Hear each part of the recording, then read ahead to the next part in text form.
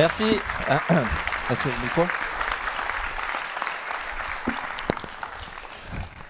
Merci Cyril, ils sont chauds. On est prêt. Je vous promets, déjà les zooms pour préparer, c'était déjà chaud.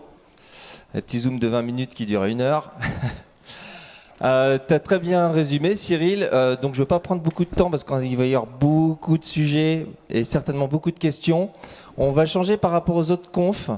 On ne va pas garder les questions pour la fin. Si vous avez des questions pour la fin, vous irez voir les personnes que vous souhaitez.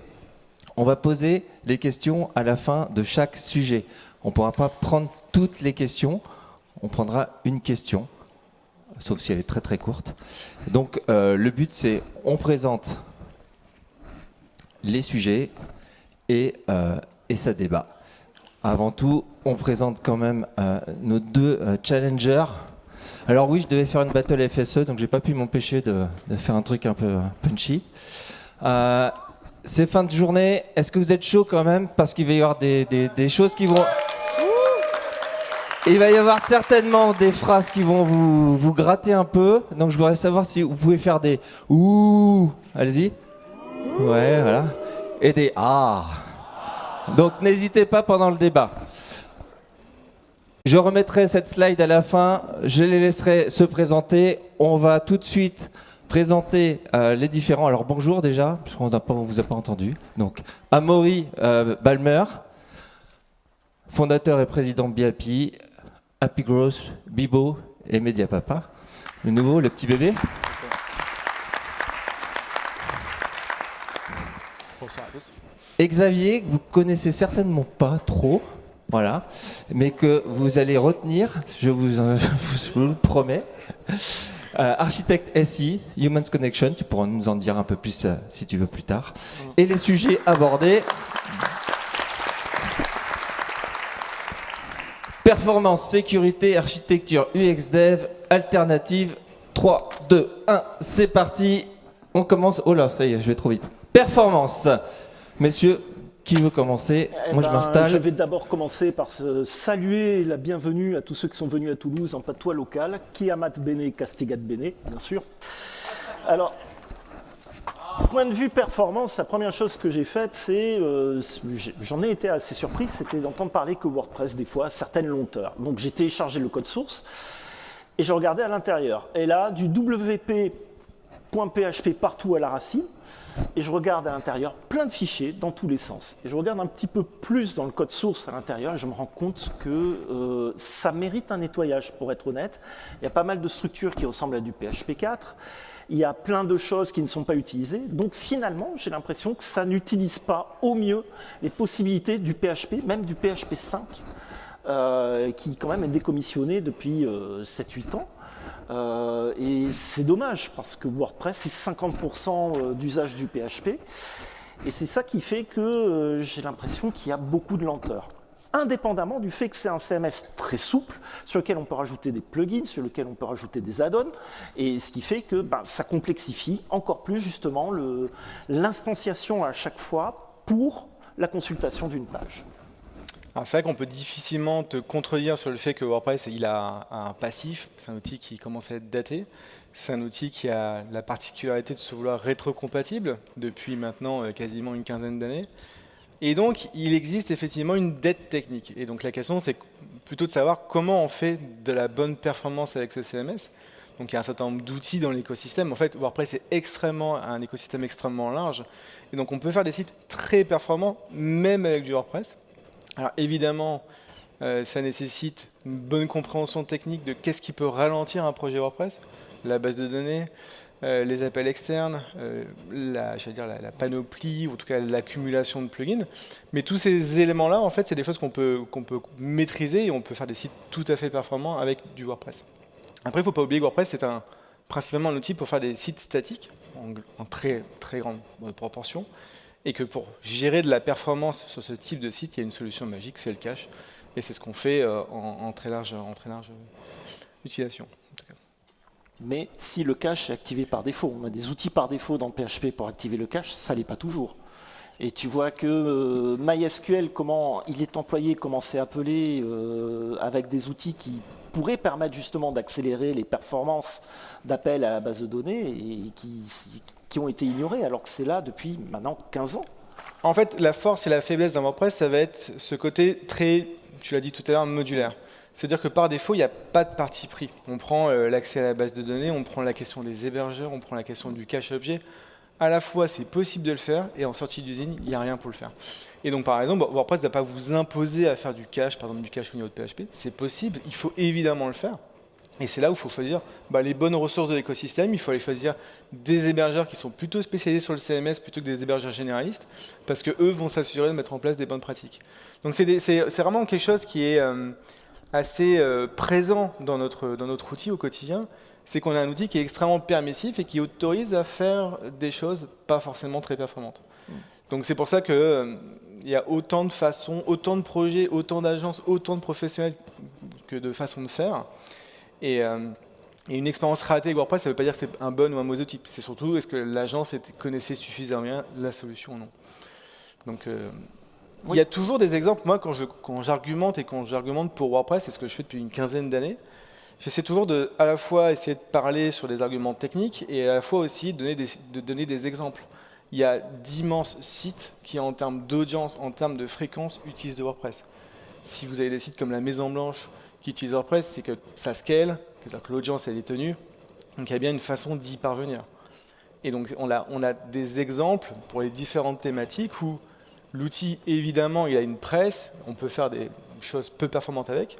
Il y a toujours des exemples comme ça d'autorité, où on peut dire qu'il y a des très gros sites de presse, des très gros sites qui font de l'audience, qui l'utilisent. Donc c'est possible. La question, c'est comment on y parvient. C'est possible, mais quand tu vois que dans le cœur de WordPress, il y a des polyfills pour des fonctions JSON encode, JSON décode, je ne connais aucun hébergeur, aucune distribution qui n'a pas ces fonctions d'activer. Et ça ajoute au ralentissement, justement, de performance de l'ensemble. C'est dommage. On pourrait gagner. Peut-être que le projet ira dans ce sens dans le futur. Avec Gutenberg, il y a eu effectivement une petite fracture sur la partie rétrocompatibilité, où effectivement il y a des choix qui ont été faits et des plugins qui ont dû se rendre compatibles. Peut-être que demain, ça se produira aussi dans l'écosystème WordPress. Peut-être parce qu'on sera aussi obligé par le langage. Il y a des choses qui sont assez intéressantes et WordPress est encore une fois un outil très modulaire avec une part importante laissée aux plugins. Des plugins vont vous obliger à être sur des versions très récentes de PHP. Je pense à Yoast SEO qui impose des versions de PHP très récentes, très modernes et qui font pas de rétrocompatibilité, clairement, et c'est assumé. Et à côté de ça, WordPress le fait. Donc peut-être que demain, on va tendre plutôt vers ce type de démarche plutôt que vouloir être le plus universel possible. L'équipe du corps est très attentive à ça, à essayer de casser le moins possible de sites. Et ça explique encore une fois le fait qu'il y ait beaucoup de rétrocompat ou de compatibilité pour être le plus largement compatible.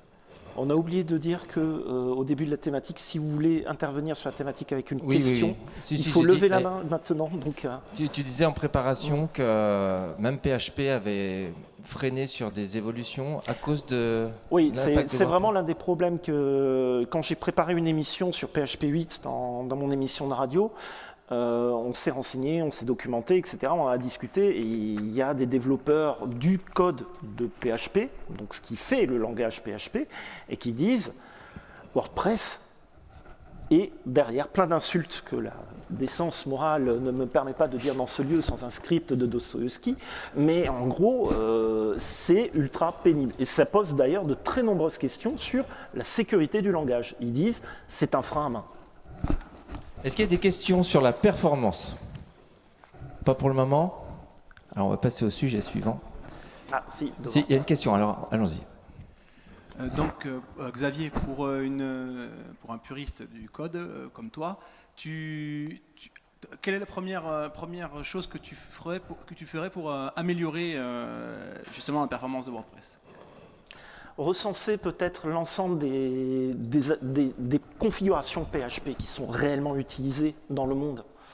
Parce que tu n'améliores rien si tu n'as pas des métriques fiables. Et donc à partir de là, c'est voir, ok, ça a tel add-on, tel polyfill, etc. Aucun intérêt, déjà on vire. Secondo, recenser tous les WP qui sont à l'origine, à la base du site, c'est une autre thématique, mais qui à mon sens ne devrait pas y être. Et là aussi, les nettoyer. Il faudrait peut-être aussi, à partir de là, qu'il y ait quelqu'un qui passe et sur l'ensemble du code du corps et qui remette un petit peu de cohérence sur l'ensemble. Par exemple, array parenthèse, on peut le remplacer par des crochets depuis PHP 5 et ce genre de choses. Donc ça permettrait d'être un petit peu plus lisible. Ça, c'est un truc qui est important. Parce que l'une des problématiques de WordPress, à mon sens, que je vois, c'est que WordPress a 20 ans et n'attire pas forcément de nouveaux contributeurs dans le code. Or, si on ne modernise pas le code et tout ça, des jeunes, ils arrivent, ils ont été sur les projets formidables, ils voient ça, ils font « Oh, c'est nul ». D'autres jeunes qui arrivent et qui découvrent le code avec WordPress, « Ah, c'est comme ça qu'on code, bah, YOLO ». Et en fait, voilà, c'est-à-dire que WordPress a besoin d'un petit coup de maturité. Ça va casser des trucs, hein. On va pas se leurrer, mais est-ce que franchement, c'est pas des trucs qui auraient dû être cassés depuis 10 ans? On va passer, à moins que tu aies un mot à dire, on passe à la sécurité. Ça vous va? Très bien. Oui. Alors, question sécurité, WordPress, aucun problème. Franchement, voilà, j'ai parlé tout à l'heure des fichiers qui sont à la racine. Il y a un fichier qui permet d'envoyer des emails. Ça n'a rien à faire là. Il y a plein de trucs qui sont à la base, qui n'ont rien à y faire, à mon sens. Et point de vue sécurité, parce que honnêtement, on ne va pas se cacher, hein. WordPress, pendant des années, avait traîné une très mauvaise réputation de très mauvaise sécurité, à la fois dans le code et dans les plugins. Pour être honnête, le code, c'est parce que des sites WordPress ne sont pas maintenus. Et pour les plugins, la problématique elle est même dans les autres CMS, dans les autres frameworks, dans les autres langages. C'est juste que les malandrins allaient sur WordPress parce que WordPress avait du succès et WordPress a été victime de son succès. Et je regrette franchement justement de ce côté-là qu'il n'y ait pas une simplification du code pour une raison toute simple. C'est ce qu'on appelle la surface d'attaque. Plus tu as de code exposé, plus tu as de fonctions exposées, plus tu as de risques d'avoir des bugs. Quand tu ramasses un petit peu sur les éléments, quand tu simplifies un petit peu, quand tu vas sur les fonctions modernisées du code, déjà, tu fais un code qui est beaucoup plus simple, beaucoup plus lisible, et qui est beaucoup plus sécurisé, et bien souvent beaucoup plus performant. Un exemple simple, c'est vérifier une adresse email. Dans le code source de WordPress, il y a 5 ou 7 regex différentes, sauf qu'il y a une fonction géniale dans PHP qui est arrivée avec PHP 2, ça remonte, hein, 2009, qui s'appelle filter var. Et on dit un email, ça ne cherche pas avec une regex, ça cherche avec des fonctions en langage C qui sont beaucoup plus rapides que les fonctions que compiler une regex puis ensuite faire tourner du PHP interprété ou précompilé. Et surtout, c'est si jamais le moteur PHP est mis à jour, on bénéficie des nouvelles fonctions de sécurité. Ça permettrait de nettoyer et d'amener des bonnes pratiques à l'ensemble des développeurs qui interviennent justement dans la communauté, qui serait absolument phénoménal. Amaury, rassure-nous, s'il te plaît. Non, mais c'est vrai qu'on a souvent c'est la question de la sécurité. C'est souvent un sujet qui est apporté par des DSI, des équipes plutôt informatiques dans l'entreprise, et ils nous disent ouais, WordPress a une mauvaise presse. Moi, j'aime beaucoup leur rappeler qu'ils viennent tous avec leur ordinateur portable, plutôt sur Windows. J'aime leur rappeler que Windows a pendant très longtemps eu une mauvaise presse. C'est simple, l'outil le plus populaire et l'outil le plus intéressant en termes d'attaque, d'automatisation d'attaque. Donc effectivement, WordPress est un outil qui est extrêmement attaqué parce que c'est un outil qui est extrêmement répandu. Donc il y a beaucoup plus de gains à la clé. Maintenant, on est dans un écosystème qui est totalement open source. Moi, je fais davantage confiance à un projet open source comme WordPress, qui est un projet qui a été lu, relu des centaines de fois par des milliers de personnes dont le code source il est accessible à tout le monde, plutôt que par du code PHP développé par un développeur qui sort d'école ou pas avec tel ou tel framework sur lequel je n'ai pas l'accès, pas la main. Et généralement, les grandes failles de sécurité qu'on trouve dans les écosystèmes et tous les jours, il y a peut-être des fuites de données, combien sont liées à du WordPress? Finalement, assez peu. Donc, évidemment, il y a des mesures de renforcement à mettre en œuvre dans notre écosystème. Évidemment, il y a des vulnérabilités. Après, on trouve des vulnérabilités parce qu'on les cherche dans l'écosystème.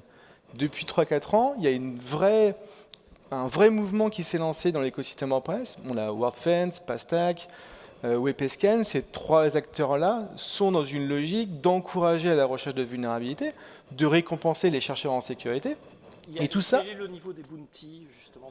il y a des programmes de bug bounty qui dépendent des programmes, de la faille trouvée, mais tout ça encourage à trouver des failles de sécurité. Donc on a un écosystème qui est de plus en plus, en tout cas, sécurisé.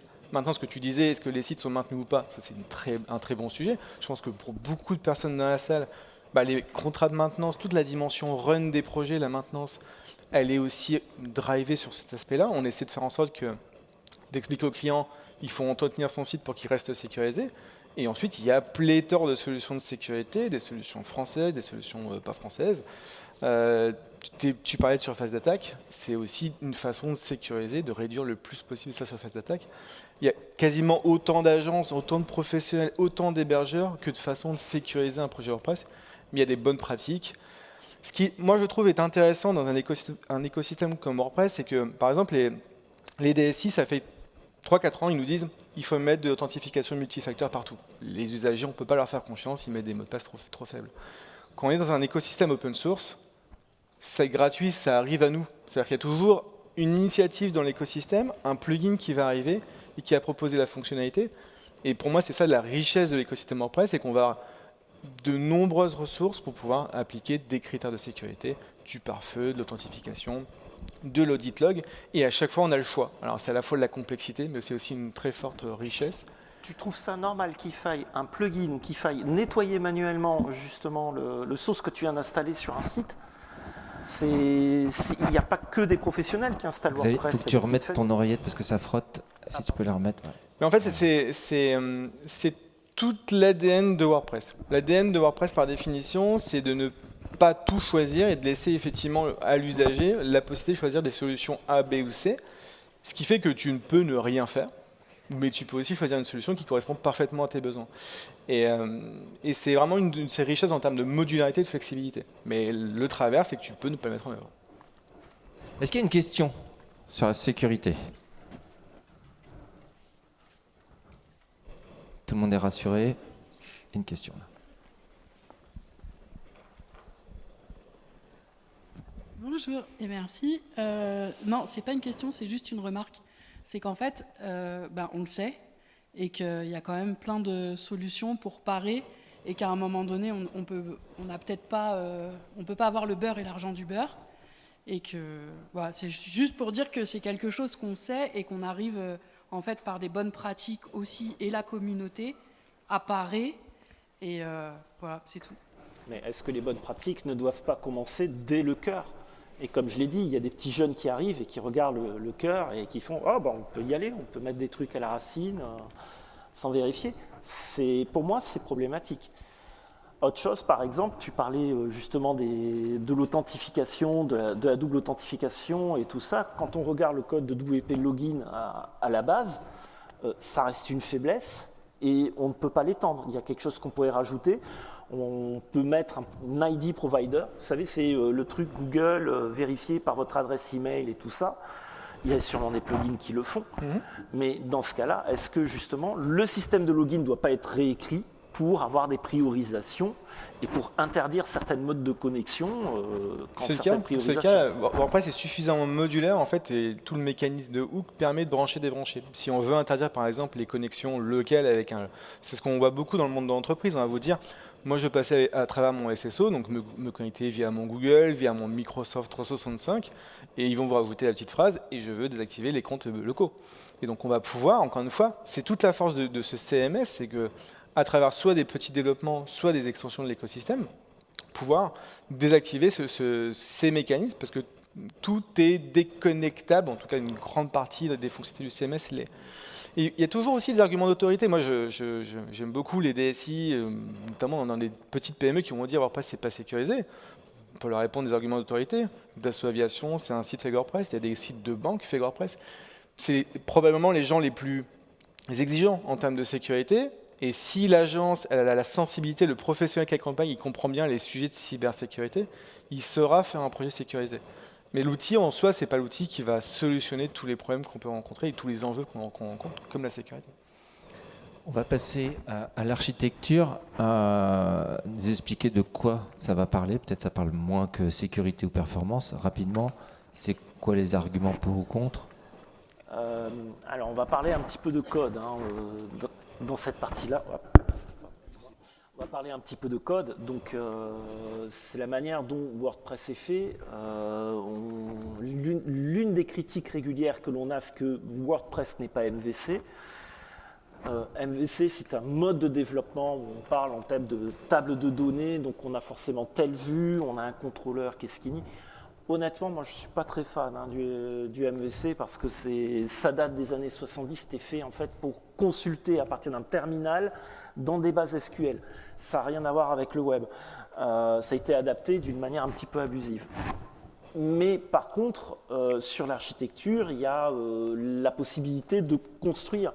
Et le problème est que WordPress a une culture insulaire par rapport au reste des langages et n'utilise pas, par exemple, les constructeurs automatisés, c'est-à-dire les auto-loaders, ce qu'on appelle aussi les modules en PSR2, qui ont permis vraiment l'explosion des autres frameworks en PHP, puisque du coup, un plugin qui existe pour Cake ou un autre peut être réutilisé dans un autre framework, mais du coup WordPress en est complètement en dehors. Et ça, c'est ce qui coupe un petit peu, je trouve, WordPress du reste de la joyeuse communauté de PHP. S'il y en a qui sont complètement perdus, vous pouvez agiter les mains. Ouais, levez la main. Comme ça. Est-ce qu'il y en a qui... Ok, on s'excuse.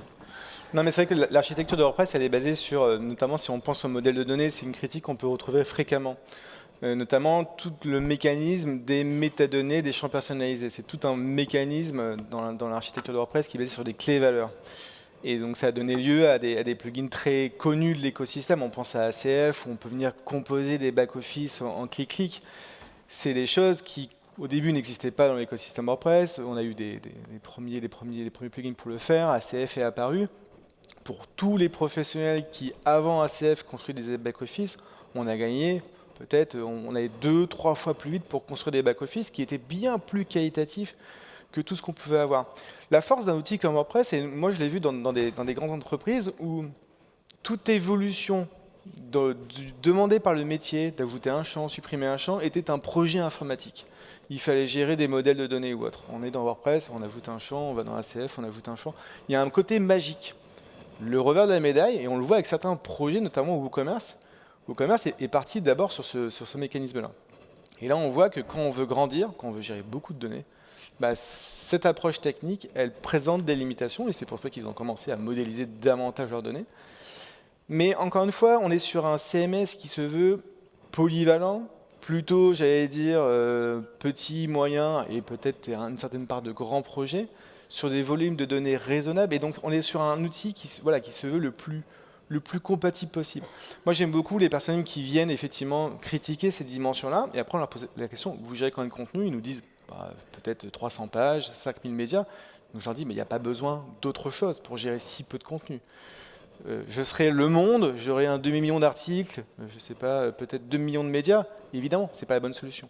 C'est là où WordPress ça reste qu'un outil, il faut réussir à le positionner au bon endroit.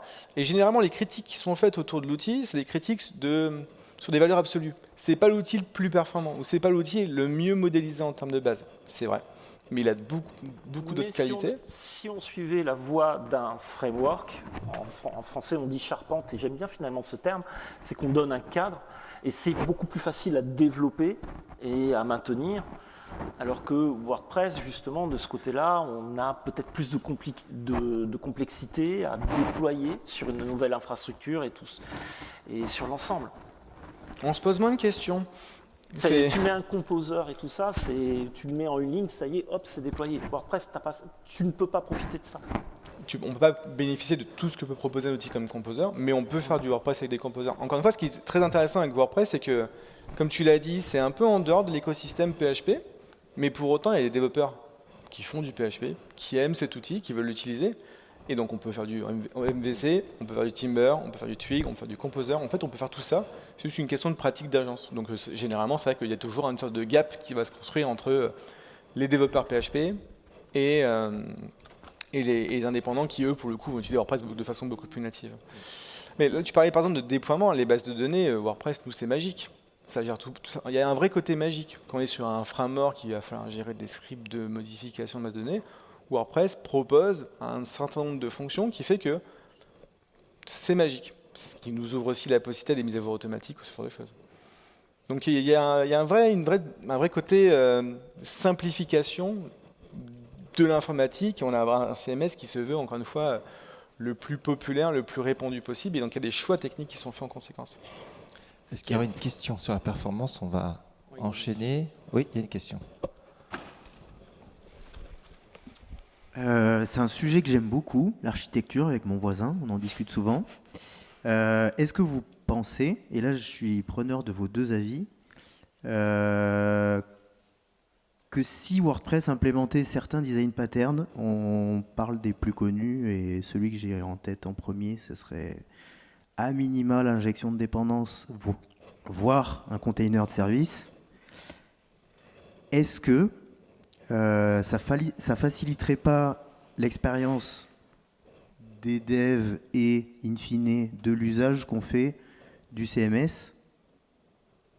Pas d'interrogation. Alors, moi, il y a une chose que je pense très rapidement, c'est je vois l'usage de ce qu'on appelle les super globals dans WordPress, que PHP essaie de couper depuis PHP 5, 6, on n'en parle pas, il n'y a pas eu de PHP 6. Mais clairement, c'est-à-dire, c'est là où tu vois les insultes vis-à-vis de WordPress. Et quand tu te retrouves avec cette espèce de truc fourre-tout, parce que c'est un fourre-tout, hein, tout simplement, cette partie-là, et qui est extrêmement utilisée dans WordPress, et tous les autres frameworks, et aucun ne s'en servent. Il n'y a jamais cette idée de super globals. En plus, il y a un énorme problème, c'est que ça te donne accès à des données internes du serveur qui vaut mieux pas que des plugins et. Donc oui, ça simplifierait énormément le débugage, ne serait-ce que quand on a des plugins qui se marchent les uns sur les autres. Tandis que là, on crée une classe, on lui donne l'accès au connecteur, base de données, au moteur de rendu, etc. Et il ne peut pas interférer avec les autres, mais il peut enrichir pour les autres certaines fonctions. Ça simplifierait tellement de choses. Il y a une sorte de contradiction dans l'écosystème sur le sujet, c'est que à peu près tous les gros éditeurs de plugins réimplémentent et tentent de réimplémenter ce type de design pattern. Je pense à WP Rocket notamment une conférence d'un des devs qui a tenté d'expliquer au forum PHP comment ça fonctionnait de développer dans WordPress. Et c'était très intéressant parce qu'on voit vraiment la rupture entre ces mondes de développement.